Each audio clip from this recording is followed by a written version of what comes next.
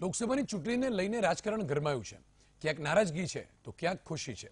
મળતી માહિતી મુજબ વડોદરા લોકસભાની કોંગ્રેસની ટિકિટ ફાળવણીના મામલે પણ કંઈક આવું જ જોવા મળ્યું છે, જેમાં કોંગ્રેસ લોકસભાની ચૂંટણી માટે વડોદરા બેઠક પર પોતાના ઉમેદવાર તરીકે પ્રશાંત પટેલના નામની જાહેરાત કરાઈ છે, જેને લઈને નરેન્દ્ર રાવત નારાજ થયા છે.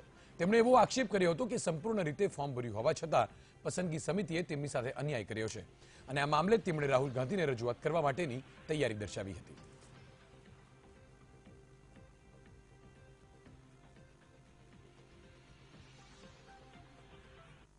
જે પ્રકારે ઓલ ઇન્ડિયા કોંગ્રેસ કમિટી દ્વારા ગુજરાતની અંદર 26માંથી 4 લોકસભાના ઉમેદવારોમાં વડોદરાના લોકસભાના ઉમેદવાર તરીકે પ્રશાંત પટેલની પસંદગી થઈ છે, અને એ અમે સ્વીકાર કરીએ છીએ, અને કાલથી અમે પાર્ટીના કામે પણ લાગવાના છે. હું મારા કોંગ્રેસના પ્રત્યાશીથી નારાજ નથી કે હું કોઈ પાર્ટીની બાબતમાં બોલવા તૈયાર નથી. આપ જાણો છો કે લોકસભાની બેઠકની અંદર ઉમેદવારોની સંખ્યા વધારે હોય, પણ એક જ વ્યક્તિની જ્યારે પસંદગી કરવાની હોય ત્યારે ખૂબ મોટી વાત બની શકે છે, અને આ પસંદગીની પ્રક્રિયામાં અમારા હાઈકમાન્ડે જે નિર્ણય લીધો હશે એ મને શિરોમાને છે કે હું મારી વાતચીત હોય કે પાર્ટી ભવિષ્યની અંદર લોકસભાની ચૂંટણીમાં કોઈ પણ વ્યક્તિ સામાન્ય હોતો નથી. જે ઉમેદવારી નોંધાવતા હોય એ ખૂબ મહત્વના વ્યક્તિઓ હોય, એમની સાથે વિશ્વાસ કેળવવો જોઈએ, જેના કારણે પાર્ટીની ચૂંટણીની અંદર ફાયદો થઈ શકે, અને આ વાત હું બધા જ લેવલે મૂકીને વાતચીત કરીશ. આપ જાણો છો કે 2014ની ચૂંટણીની અંદર મેં લોકસભાનો ઉમેદવાર હતો અને નરેન્દ્ર મોદી સામે ઉમેદવાર હતો. તે ટાઈમે મેં વિડ્રો કરેલું અને મેં મારી પાર્ટી હાઈકમાન્ડને સક્ષમ ઉમેદવાર મૂકવાની વાત કરેલી. એ સમયે મધુસૂદન મુસ્તીને મૂકવામાં આવેલા, અને એ પણ જાણો છો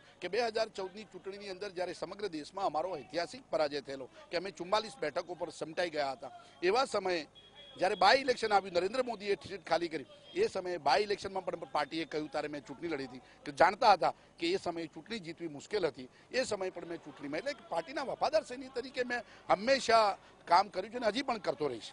અને વાત મારી પાર્ટીની હતી, એ પાર્ટીની મારા નેતાઓ સાથેની વાતચીત છે, અને હું વાતચીત એમની સાથે કરીશ કે જેના કારણે ભવિષ્યની અંદર અમને એનો ફાયદો થાય.